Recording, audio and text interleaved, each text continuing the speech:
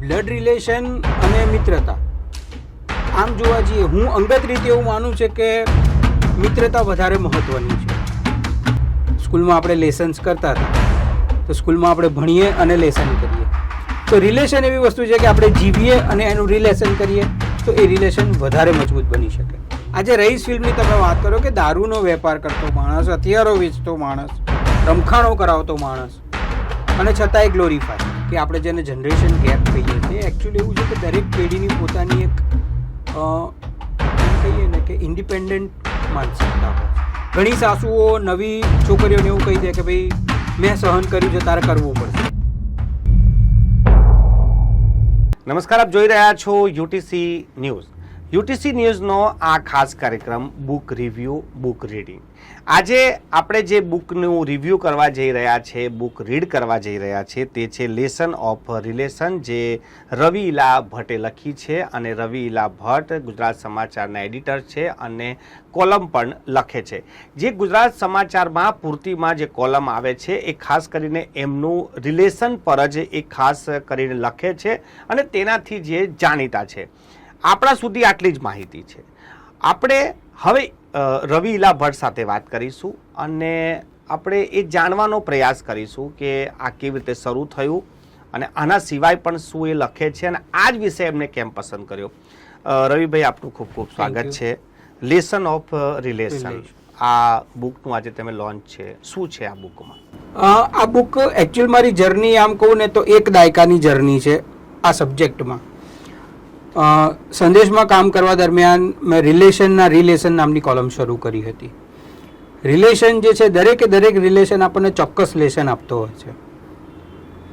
આપણે જીવતા હોઈએ અને એની સાથે સાથે એને જ્યારે જાણવાનો પ્રયાસ કરીએ તો ઘણું બધું આપણને શીખવા મળે છે. તો એ જે શીખવાની પ્રક્રિયા જે છે એ હું જોતો ગયો, જાણતો ગયો, વિચારતો ગયો, નિરીક્ષણ કરતો ગયો અને નવી પેઢી માટે એક નવા આયામથી એને રજૂ કરતો ગયો. તો એ જે રિલેશન છે એના રિલેશન છે. સ્કૂલમાં આપણે લેસન્સ કરતા હતા તો સ્કૂલમાં આપણે ભણીએ અને લેસન કરીએ, તો રિલેશન એવી વસ્તુ છે કે આપણે જીવીએ અને એનું રિલેશન કરીએ તો એ રિલેશન વધારે મજબૂત બની શકે. આ જે બુક છે એમાં એટલે વાર્તાઓ, કેટલી વાર્તાઓ છે, કયા કયા પ્રકારની છે? આમાં વાર્તાઓ નથી, પણ એવા અલગ અલગ પ્રસંગો અને એના થકી આપણને મળતો બોધ છે કે કોઈ એક વ્યક્તિ છે કે પતિ પત્ની છે, તો પતિ પત્નીના જીવનમાં રિલેશનના ઘણા બધા સેગમેન્ટ્સ હોય છે. આપણે સામાન્ય વાત કરીએ કે ઘરમાં રોજિંદા જીવનમાં જમવાનું બનાવવાનો કોઈ મુદ્દો છે તો ક્યારેક એના લીધે ઝઘડો થતો હોય. ઘણી વખત બંને, અત્યારે તો લગભગ એવું બને છે કે વર્કિંગ હસબન્ડ્સ ને વર્કિંગ વાઇફ હોય છે, તો એ લોકોની work life balance, personal life balance, family life balance, એના માટેના ઇસ્યુઝ થતા હોય છે. તો એવા અલગ અલગ મુદ્દા છે. શિક્ષક અને વિદ્યાર્થીનો મુદ્દો છે, ઇવન બે પડોશી વચ્ચેના મુદ્દા છે, ગ્રાહક અને દુકાનદાર વચ્ચેનો મુદ્દો છે. તો એ અલ્ટિમેટલી છે તો એક રિલેશન જ. તો એવા રિલેશન્સમાં કેવા કોમ્પ્લેક્સીસ આવે છે અથવા તો આપણે શું ફેસ કરીએ છીએ, આપણે શું ફીલ કરીએ છીએ અને એને રિઝોલ્વ કરવાનો કેવી રીતે પ્રયાસ કરવો જોઈએ, તો એના વિશેની વિગતો છે. તો રવિભાઈ, જે તમે કીધું કે આપણા અલગ અલગ રિલેશન છે, માનો કે તમે જેમ કીધું કે આપણે સ્કૂલથી લઈને, આપણા મિત્રથી લઈને, આપણા પરિવારથી લઈને, તો આપણે લોકો એવું હોય છે કે ભાઈ મારા ઘરના રિલેશન સારા કે પછી મારા મિત્રના રિલેશન સારા, તો એક બ્લડ રિલેશન અને એક આપણે બનાવીએ, તો આ બે રિલેશનને આપ કેવી રીતે જુઓ? એમ જુઓ, બ્લડ રિલેશન અને મિત્રતા, આમ જોવા જઈએ હું અંગત રીતે એવું માનું છે કે મિત્રતા વધારે મહત્ત્વની છે. કેમ? કારણ કે એમાં ફરજ નથી. એ જોડાણ તમે જાતે ઊભું કરેલું જોડાણ છે અને એ ટકાવી રાખવાની જવાબદારી તમે સ્વીકારેલી છે. આજે મા બાપ સાથે તમે ઝઘડશો પણ તો મા બાપ તમને નહીં છોડે. કેમ? કારણ કે આપણા બ્લડ રિલેશન છે, એ આપણા સંસ્કાર છે, એ આપણી સંસ્કૃતિ છે.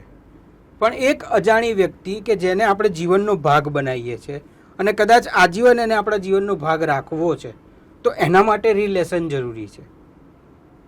તમારું વર્તન, તમારી વાણી, તમારો વ્યવહાર, તમારી આત્મીયતા, તમારી આપલે કરવાની પદ્ધતિ.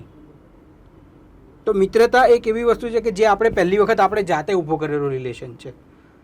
બ્લડ રિલેશન તો કુદરતી આપણને મળે જ છે, આપણે કોઈ પરિવારમાં જન્મ લઈશું એટલે માતા પિતા ભાઈ બહેન કાકા કાકી મામા માસી આપણને બાય ડિફોલ્ટ એ રિલેશન મળવાના છે. પણ મિત્રતા પહેલો એવો રિલેશન છે કે જેમાં આપણે જાતે એન્ટર થઈશું. સાહેબ, આજના જમાનામાં જેને બી તમે મળો, એક વસ્તુ એવું કે ભાઈ હું લોકો માટે બહુ કરું છું, લોકો મારું વિચારતા નથી કે મારા વિશે વિચારતા નથી. આ બધાની એક જ સેમ ફરિયાદ છે. આવું કેમ? એનું કારણ કેવું છે ખબર છે કે એક્સપેક્ટેશન્સ છે. વ્યક્તિ વધારે પડતી જ્યારે અપેક્ષાઓ રાખે ને ત્યારે આવું થાય. હું એવું માનું છું કે તમારો રિલેશન છે, આજે મારો તમારી સાથેનું રિલેશન છે, તો પહેલાં મારે નક્કી કરવું પડશે કે એ રિલેશન કેટલો સ્ટ્રોંગ છે અથવા તો મારે ક્યાં સુધી લઈ જવો છે. કારણ કે રિલેશન છે એ પણ એક વ્યક્તિ જેવું છે, એટલે એક વસ્તુ જેવું છે, અથવા તો એમ કહીએ કે એક વ્યક્તિ જેવું પણ છે. એની એક્સપાયરી ડેટ નક્કી છે. આજે હું તમારી સાથે રિલેશનમાં એન્ટર થયો તો કદાચ 1 વર્ષ 2 વર્ષ 5 વર્ષ 10 વર્ષ 25 વર્ષ કદાચ તમારી કે મારી હયાતી નહીં હોય ત્યારે એ રિલેશન ત્યાં પૂરો થઈ જશે. તો એની એક્સપાયરી ડેટ નક્કી છે, પણ ત્યાં સુધી આપણે એને કઈ રીતે લઈ જવો છે એક નક્કી કરવાની વાત છે. તો સૌથી પહેલાં આપણે શું કરીએ છીએ ખબર છે કે આપણે કોઈ પણ રિલેશનમાં જ્યારે એન્ટર થઈએ છીએ ને તો આપણી એક્સપેક્ટેશન જ વધારે મૂકીએ છીએ. તારે આમ કરવાનું, તારે તેવું કરવાનું, તારે આમ કરવાનું, એટલે મને ગમતું સામેની વ્યક્તિએ કરવાનું, તો રિલેશન સારું, તો રિલેશન હેલ્ધી. પણ જો સામેની વ્યક્તિ આપણને ગમતું ના કરે તો એ વ્યક્તિ બરોબર નથી, કારણ કે એ આપણી અપેક્ષાઓ પર ઊણે ઉતરે છે. અત્યારે શું થાય છે ખબર છે કે હું તમારી સાથે રિલેશનમાં જોડાઉં છું કારણ કે મારે કંઈક અપેક્ષા છે, બાકી હું તમારી સાથે રિલેશનમાં ના જોડાઉં. તમે મારી સાથે જોડાશો તો તમને કંઈક અપેક્ષા હશે. હવે જો એ અપેક્ષા વગરનો રિલેશન જો હોય તો એ વધારે હેલ્ધી હોય છે. કેમ? કારણ કે એમાં મેળવવાનું કશું નથી હોતું, પામવાનું ને માણવાનું હોય છે, જે એક નેચરલ રિલેશન છે. સ્વાર્થ નથી હોતો એમાં. પણ રવિભાઈ, આ લોકો એવું કહે છે કે એક દિલથી અને એક દિમાગથી આપણે કોઈને મળતા હોઈએ, દોસ્તી 2 ટાઈપની હોય, દિલ અને દિમાગ. પછી આપણે નક્કી કેવી રીતે થાય કે દિલથી કરવું કે દિમાગથી કરવું? નક્કી કરવા કરતાં હું આમાં એવું માનું છું કે ઘણી વખત છે ને પરિવારના સંસ્કારો, તમારો ઉછેર, આજુબાજુનું વાતાવરણ એ વ્યક્તિના સ્વભાવ ઉપર, એના સંબંધો પર અસર કરતું હોય છે. હા, ઘણી વખત એવું થાય કે સારા પરિવારની વ્યક્તિ પણ ખરાબ હોઈ શકે, એવું જરૂરી નથી. પણ સ્વાર્થ વૃત્તિ જો વધારે હોય તો એ કોઈ પણ સંબંધ લાંબો સમય ટકતો નથી. જ્યારે કોઈ પણ 2 વ્યક્તિઓ સ્વાર્થથી જ જોડાશે તો સ્વાર્થ પૂરો થઈ જશે એટલે છૂટા પડવાના રસ્તા શોધ્યા કરશે. પણ સ્વાર્થ નથી તો દેટ ઇઝ હેલ્ધી. અને આ વસ્તુ સમજવા જેવી છે કે દરેક બાબતમાં સ્વાર્થ ના હોય.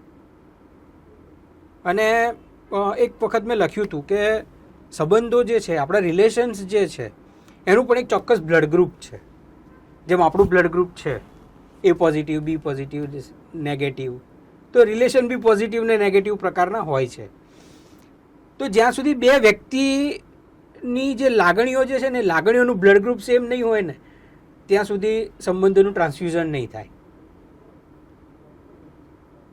એક સમાન લાગણીઓ હશે તો જ સંબંધનું ટ્રાન્સફ્યુઝન થશે અને એ સંબંધ જળવાયેલો રહેશે.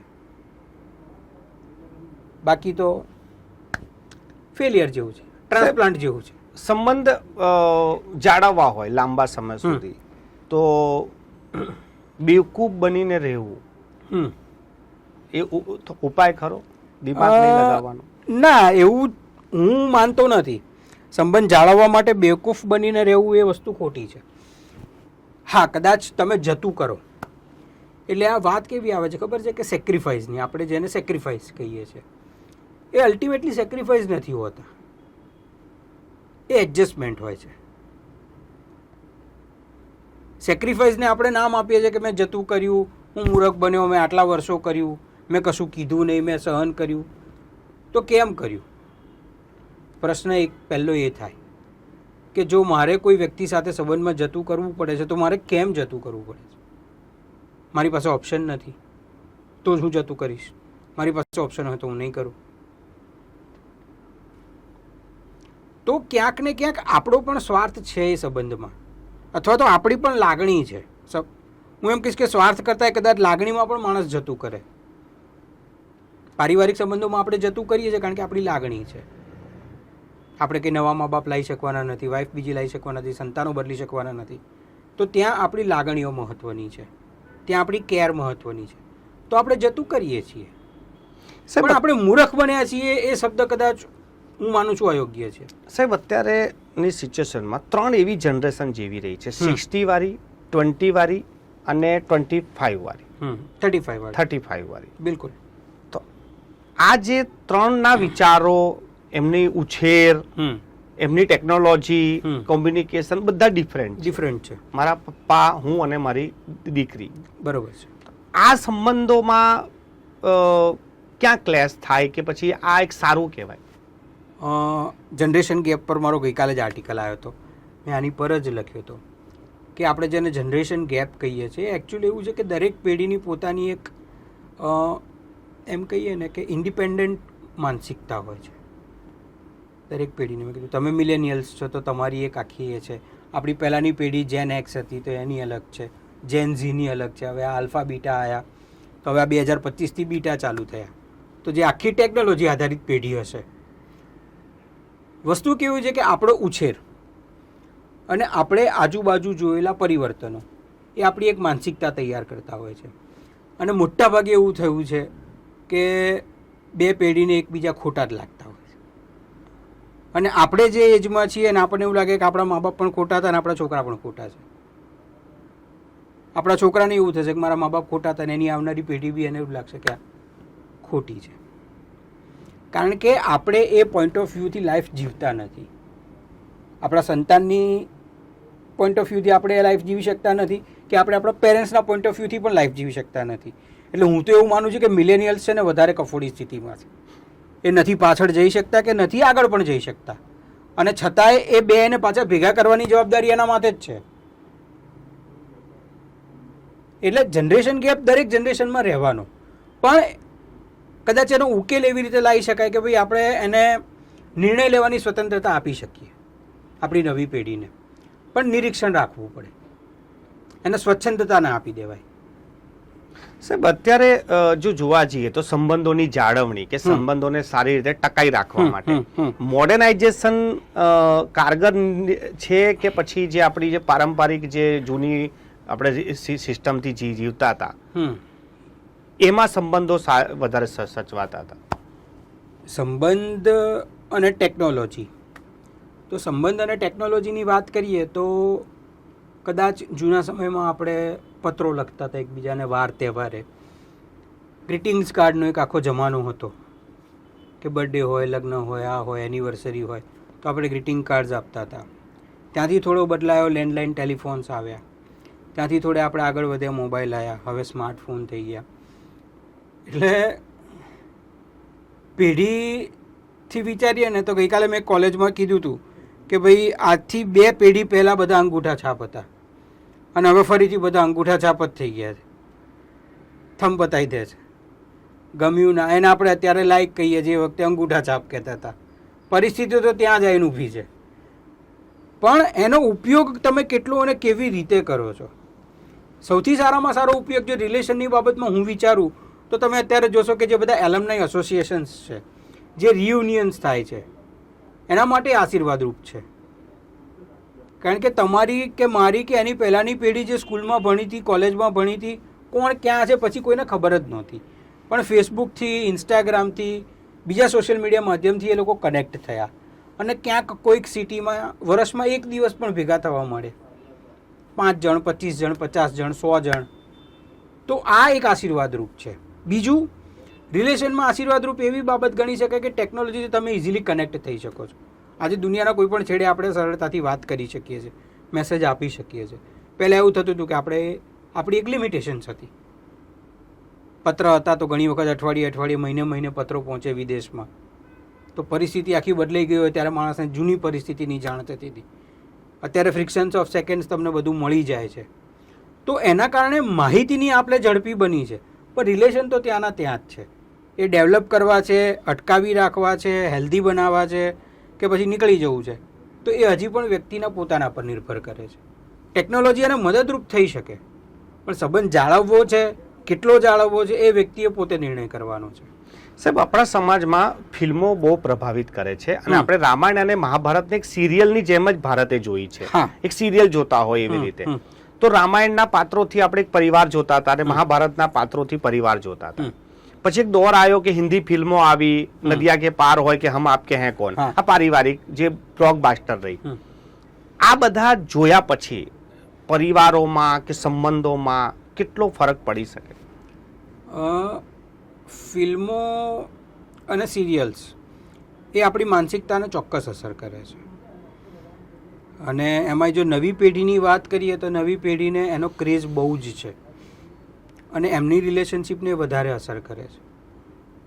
જે એમ કહીએ ને કે કદાચ હવે જે રિલેશનશિપ, હું તો ડિસ્પોઝેબલ રિલેશનશિપ કહું છું, નવી પેઢીની જે રિલેશનશિપ છે ડિસ્પોઝેબલ છે.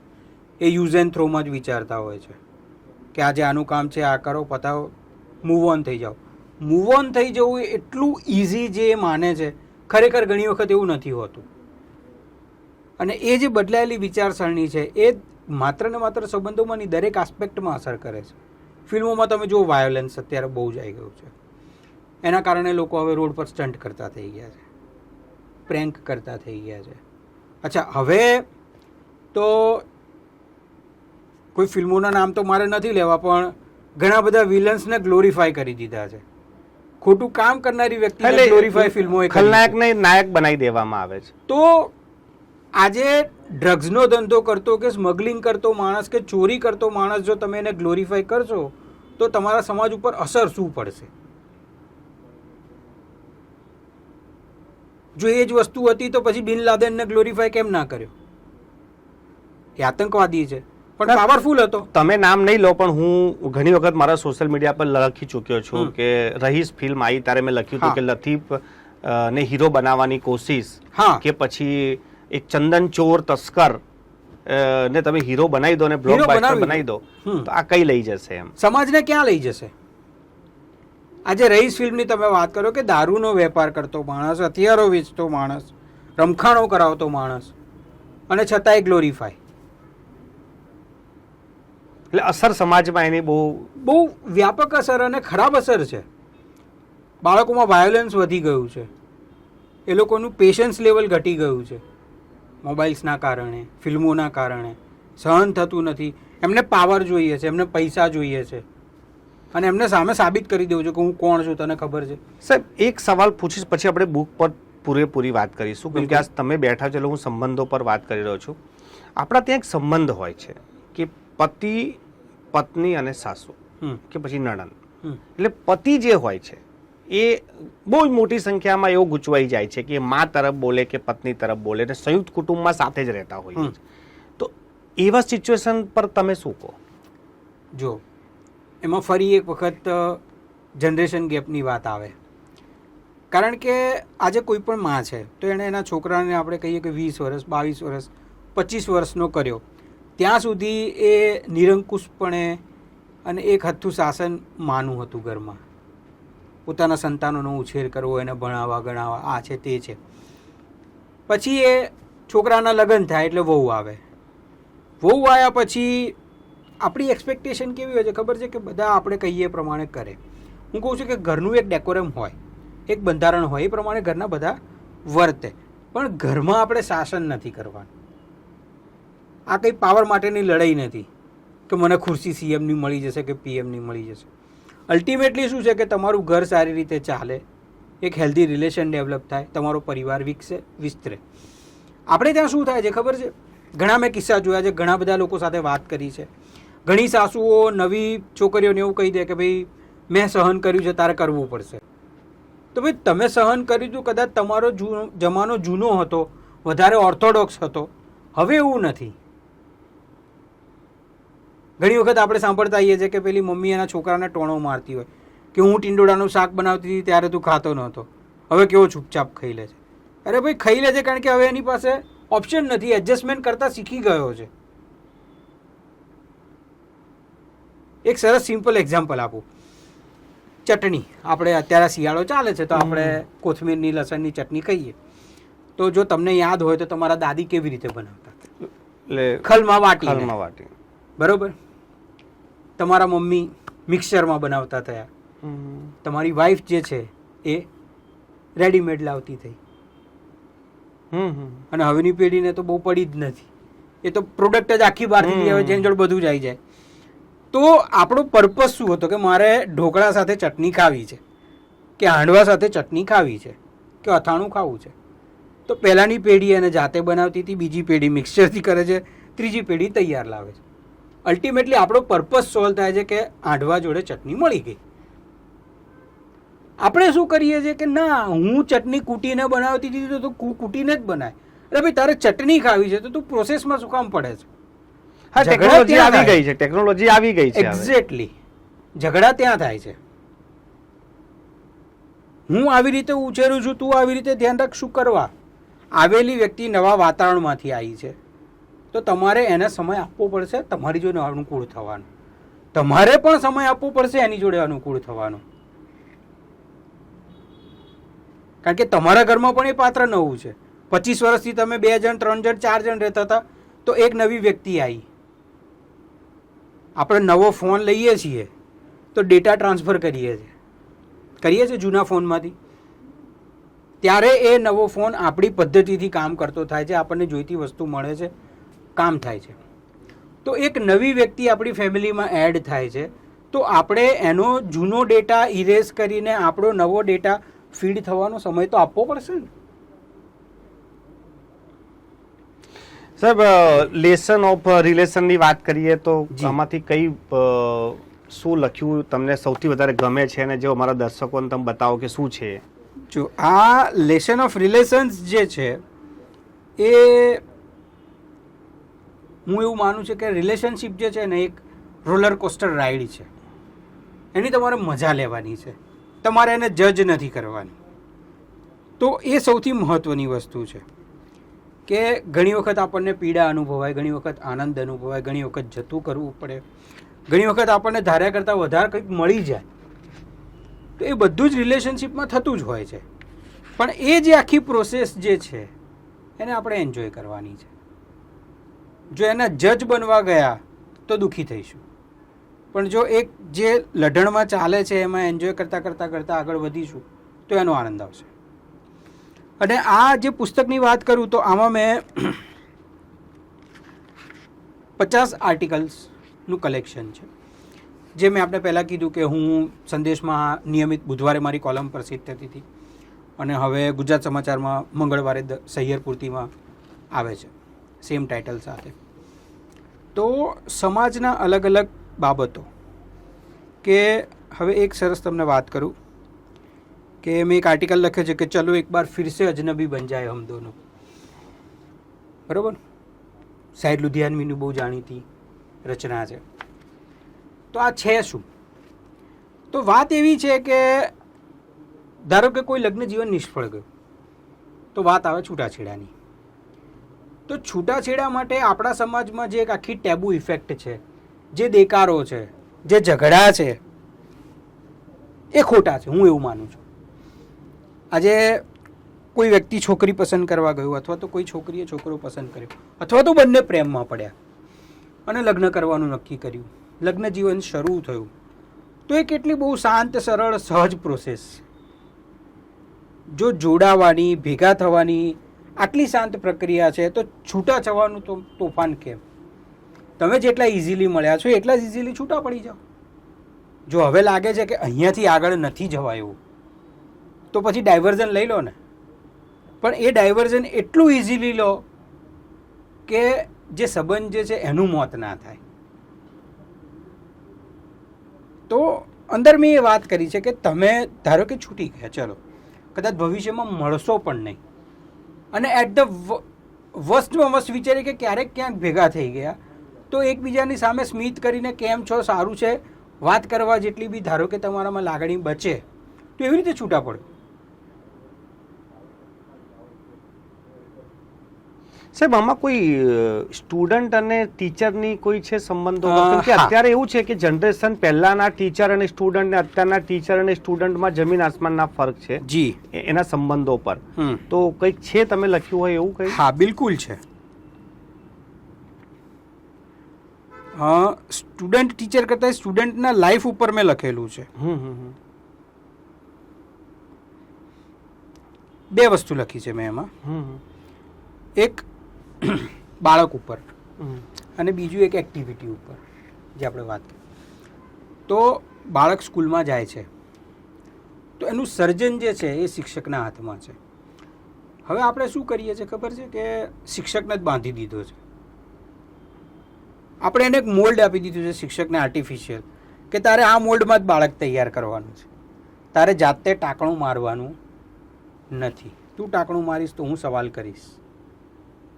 આજે તમને યાદ હતો તમને તમારા શિક્ષકે માર્યા હશે, સજા કરી હશે, ક્લાસની બહાર ઊભા રાખ્યા હશે, ગ્રાઉન્ડમાં દોડાયા હશે, પણ છતાં તમને તમારા શિક્ષક પ્રત્યે લાગણી હશે.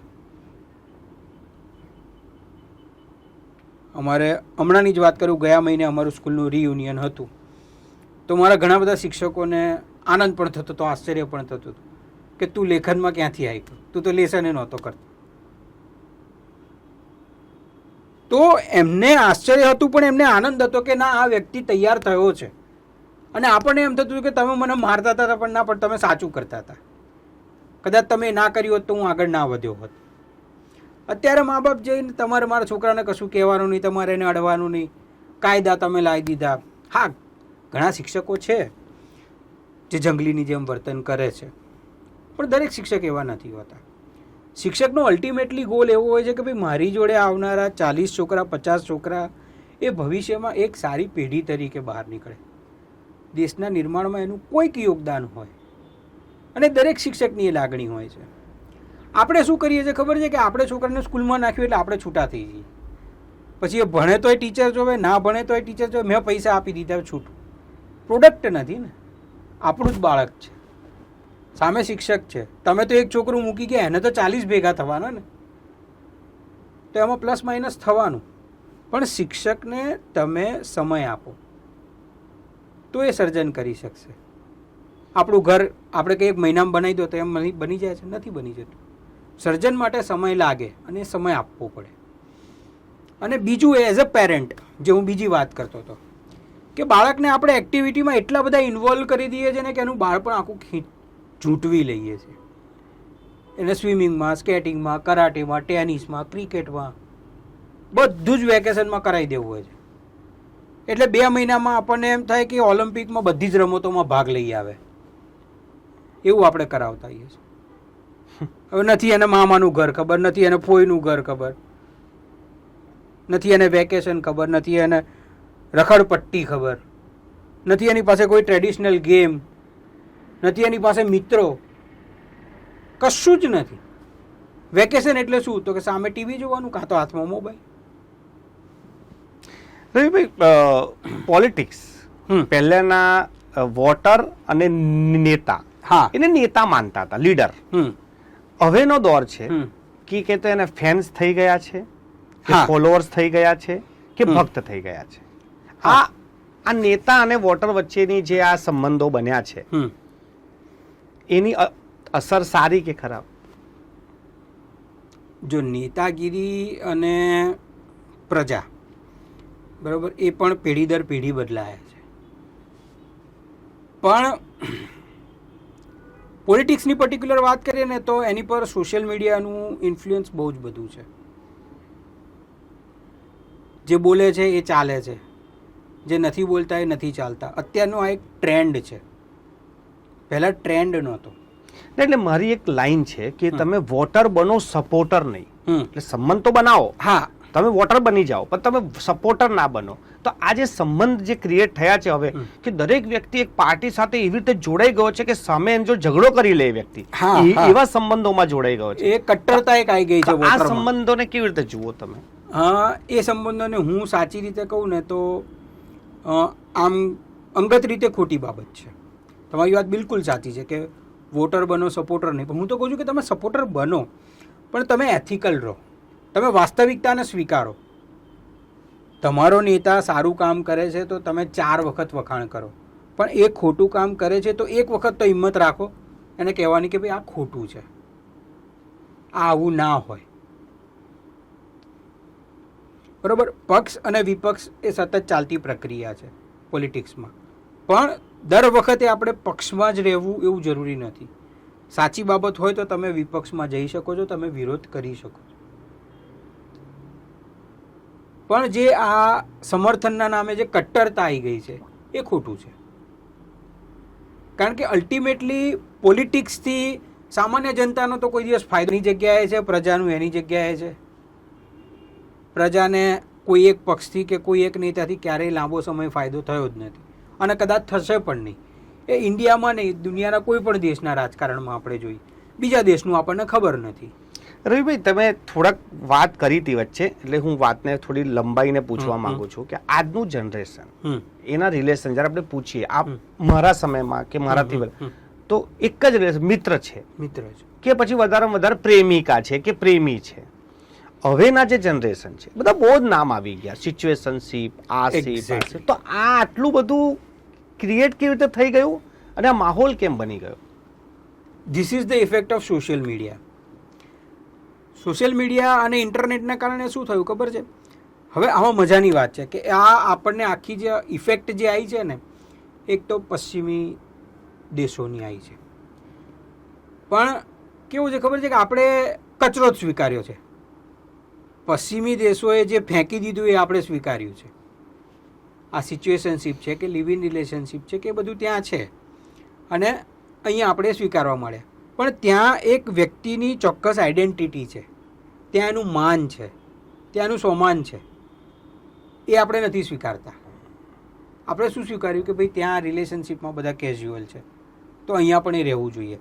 અચ્છા, હવે એક સ્ત્રી અને પુરુષની વાત કરું. જો બંને બેસ્ટ ફ્રેન્ડ હોઈ શકે, 100% હોઈ શકે, જો એમાં ફિઝિકલ નીડ જે છે એને ક્યાંય સ્કોપ ના હોય, ક્યાંય ફિઝિકલ નીડ ઇન્ફ્લુઅન્સ ના થતી હોય, તો એક સ્ત્રી અને પુરુષ શ્રેષ્ઠ મિત્રો સાબિત થઈ શકે. આપણે શું કર્યું છે કે બેસ્ટી, આપણે એના માટે બેસ્ટી વર્ડ યુઝ કરવા માંડ્યા છીએ. તો bestie, friend with benefit, situationship, live in relationship, બીજા ઘણા બધા સેગમેન્ટ્સ છે.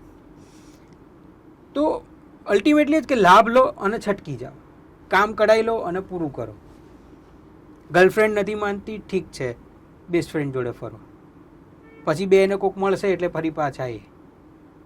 તો આ જે હું કહું છું ને કે ડિસ્પોઝેબલ રિલેશનશીપને ડિસ્પોઝેબલ બનાવવાનું આ કામ છે કે તમે યુઝ કરો ને થ્રો કરી દો બસ. તમારું કોઈ કમિટમેન્ટ જ નહીં કોઈ પણ રિલેશનમાં. આપણે કમિટમેન્ટ પર ભાર મૂકતા હતા. આપણે મિત્ર હોઈએ તો પણ એક કમિટમેન્ટ હોય કે ના યાર હું તારી જોડે છું, ચિંતા ના કરીશ. જ્યારે અત્યારે એવું રહ્યું જ નથી. રવિભાઈ, સંબંધોમાં જ્યારે મિત્રો બેસે તો ચા પર શરાબ ભારે છે, તો ચાની ચુસ્કીના મિત્રો અને શરાબના મિત્રો, મિત્રતા બંનેમાં લોકો એવું કહે છે કે જે પીતા હોય પાર્ટી કરીએ એટલે કે સારા એમના મિત્રો વધારે, બોન્ડિંગ સારું થઈ જાય. હું એવું નથી માનતો. તો હું તો ચાય નથી પીતો, શરાબે નથી પીતો. એટલે વાત એવી છે કે ઘણી વખત એવું થતું હોય છે. તો વચ્ચે એક પાર્ટીમાં હું ગયો હતો તો મને એવું કીધું કે તું પી. મેં કીધું ભાઈ હું નથી પીતો. તો મને મારા ફ્રેન્ડે એવું કીધું કે ભાઈ આપણી ફ્રેન્ડશીપના નામે શરૂ કર. તો મેં એને એવું કીધું કે ચલ તું આપણી ફ્રેન્ડશીપના નામે બંધ કર. હું પીવાનું શરૂ કરું તો સાચો મિત્ર છું એવું તો છે નહીં. તું બંધ કર તો પણ સાચો મિત્ર સાબિત થઈ જ શકે છે ને. એટલે આ જે દેખાડો છે ને આવી રીતે શરૂ થયો, વ્યસનનો દેખાડો આવી રીતે શરૂ થયો. મિત્રતા છે યાર, મિત્રતામાં તમે જોડે બેસો ને કલાક બેસો તો કશું થવાનું કશું નથી થવું. ચા પીવો, તમે ચા પીવો, કોફી પીવો તો એ એક સારી આદત છે, બેસો. પણ તમે દારૂ પીવો તો જ તમારું ગ્રુપ મોટું થાય, તમે દારૂ પીવો તો જ તમારું બોન્ડિંગ વધે. This is baseless thing. એવું છે જ નહીં. સાહેબ, હવે આપણે કન્ક્લુઝિંગ પર આવીશું. તમારું જે તમે સ્ટુડન્ટ ટાઈમના વાત કરી કે તમે લેસન પણ નતા કરતા ને આજે તમે આટલું બધું લખો છો. આજની જનરેશન ને લખાણ માટે કે વિચારો માટે કે હું કઈ લખું ને લોકો વાંચે, કેટલા જાગૃત છે અને કેટલા જાગૃત છે ખરા એ લોકો? નથી. નવી પેઢી કદાચ હું એવું માનું કે 2-5% લોકો જે છે જે વાંચન અને લેખન માટે જાગૃત છે. એની પાછળ જવાબદાર આપણે જ છીએ. હું મારું જ એક્ઝામ્પલ આપું તો મને ટીવી જોવાનો ક્રેઝ હતો અને એ વખતે તમને ખ્યાલ હતો BPLના નવા કલર ટીવી આવ્યા હતા 90sના એરામાં, અને રામાયણ મહાભારત જોવાનું. મારા મમ્મી શિક્ષક હતા એટલે મમ્મીને સેન્સ આવી ગઈ કે આ ટીવી પાછળ ટાઈમ બગાડશે, તો એમણે ટીવી બંધ કરાવી દીધું, ચેનલ કઢાવી નાખી. આ હું વાત કરું છું 1991ની. એ દિવસે મારા ઘરમાં ટીવી બંધ થયું અને ટીવી ફરીથી શરૂ થયું 2010માં. ઓહો. મારા મેરેજ થઈ ગયા પછી તો નથી મારી મમ્મીએ ટીવી જોયું, નથી મારા પપ્પાએ જોયું, નથી અમને બે ભાઈઓને જોવા દીધું. તો એના કારણે શું થયું ખબર છે? એક, અમે રમતા થયા, સતત બહાર ફરતા થયા, બીજું વાંચતા થયા. વેકેશનમાં લગભગ હું 15થી 20 પુસ્તકો વાંચતો હતો. ભણવાનું ભલે નહોતો વાંચતો, પણ પુસ્તકો બીજા વાંચતો હતો, જેથી કરીને મારી ભાષા સમૃદ્ધ થઈ, મારા વિચારોને નયા આયામ મળતા ગયા, મને વિષયો મળતા ગયા. હવે નવી પેઢીને શું કર્યું છે કે આપણે પહેલેથી જ મોબાઈલ આપી દીધો છે ઘોડિયામાં જ, એટલે ચૂચું ટીવીથી શરૂ થયેલું છેલ્લે ચીકની ચમેલી પર આવીને ઊભું રહી જાય છે. એનાથી આગળ એ લોકોનો દૃષ્ટિકોણ વિકસતો જ નથી. ઘરમાં આપણે ટીવી જોઈએ, જમવા બેઠા હોય તો ત્રણેયના હાથમાં ચાર જે હોય બધાના હાથમાં મોબાઈલ હોય, કાં તો સામે ટીવી ચાલતું હોય. વાંચવાની, વિચારવાની, ચર્ચા કરવાની વાત આપણે કરતા નથી. ક્વેશ્ચન આન્સર નથી મળતા તો ગૂગલને પૂછી લો. પુસ્તક વાંચીને એમાંથી જવાબ શોધવાનો આપણી જોડે ટાઈમ નથી, અથવા તો આપણે કરવું નથી અને બાળકને શીખવાડવું નથી. એટલે શું થાય છે કે આ પેઢીને આળસુ અથવા તો નિષ્ફળ આપણે જ બનાવી રહ્યા છીએ. નવું વાંચીને નવું લખવાની, નવું વિચારવાની પદ્ધતિ આપણે જ અટકાવી રહ્યા છીએ અને પછી આપણે કહીએ છીએ કે નવી પેઢી કરતી નથી. ખૂબ ખૂબ આભાર રવિભાઈ અમારી સાથે ચર્ચા કરવા માટે. Thank you so ઘણા much. બધી વાતો આપણે સંબંધો પર કરી છે. આમ તો સંબંધ જ્યારે વાત આવે ત્યારે એટલા બધા સંબંધો છે ને એની પર જો વાતો કરીએ તો ખૂટે નહીં, પરંતુ આ જે સમય છે એની પણ એક મર્યાદા હોય છે. અમે જે બધી વાતો કરી છે અને એના સિવાય તમારા કોઈ પ્રશ્નો હોય સંબંધોને તો તમે વિડીયોની નીચે કોમેન્ટ બોક્સમાં કોમેન્ટ કરજો. રવિભાઈ તમને જવાબ પણ આપશે, કેમ કે સંબંધો એટલા બધા છે આપણા ત્યાં, તો એ બધા પર તમારી પણ કોઈ રાય હશે, પ્રતિક્રિયા હશે, તમારા પણ કોઈ સવાલ હશે, તો તમે નીચે કોમેન્ટ બોક્સમાં લખજો. આજ માટે બસ આટલું જ. તમે પણ કોઈ બુક લખી હોય, કશું તમને લેખનનો શોખ હોય, તમે પણ અમારો સંપર્ક કરો અને અમે તમને પણ આ પ્લેટફોર્મ આપીશું અને તમારી સાથે પણ આવા કોઈ ના કોઈ અલગ વિષય પર ચર્ચા કરીશું.